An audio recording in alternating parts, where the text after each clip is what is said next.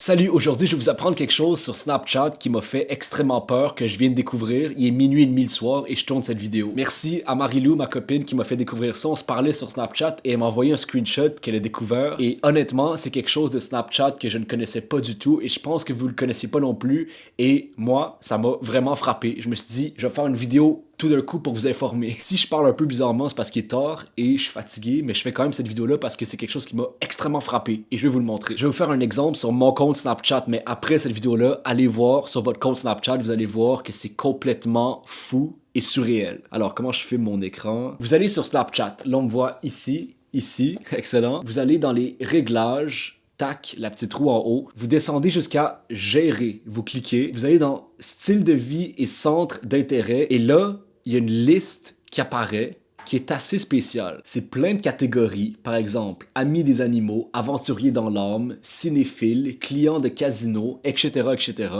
où Snapchat peut un petit peu vous définir, faire un portrait de vous. Et ce qui est drôle, c'est qu'il y a des catégories qui sont déjà cochées. Et je peux vous dire une chose, c'est pas moi qui les a cochées, ces catégories-là. Là. C'est Snapchat qui les avait déjà cochées à ma place. C'est-à-dire que Snapchat a fait un portrait de moi selon les photos, selon les vidéos que j'avais envoyées sur Snapchat. Il a coché lui-même les catégories qui s'appliquent à moi. Par exemple, acheteur. Je sais pas pourquoi je suis un acheteur. Peut-être parce que j'ai déjà fait des Snapchats dans des magasins, des centres commerciaux. Amateur de plage et surfeur parce que je suis allé dans des voyages récemment où j'étais dans des plages cet été, cet automne. Clubbeur et fêtard, il m'arrive de faire des Snapchats quand je sors le soir. Expert de l'art et de la culture, j'aime beaucoup effectivement l'art et la culture. Je suis allé dans des musées récemment, j'ai pris des Snapchats. Ceci explique cela. Fan de fitness, je vais au gym récemment, je prends des Snapchats des fois. Fan de pizza, donc Snapchat sait que j'aime la pizza. New phone seekers, je m'intéresse à la technologie au nouveau téléphone, oui. Rat de bibliothèque, gros lecteur, j'ai envoyé des Snapchats récemment ou envoyé des livres, donc ok. Donc il n'y a pas grand chose de coché pour mon compte parce que je suis pas hyper actif sur Snapchat depuis 1 an, mais je vous invite à aller voir dès maintenant sur votre compte Snapchat c'est quoi qui a été coché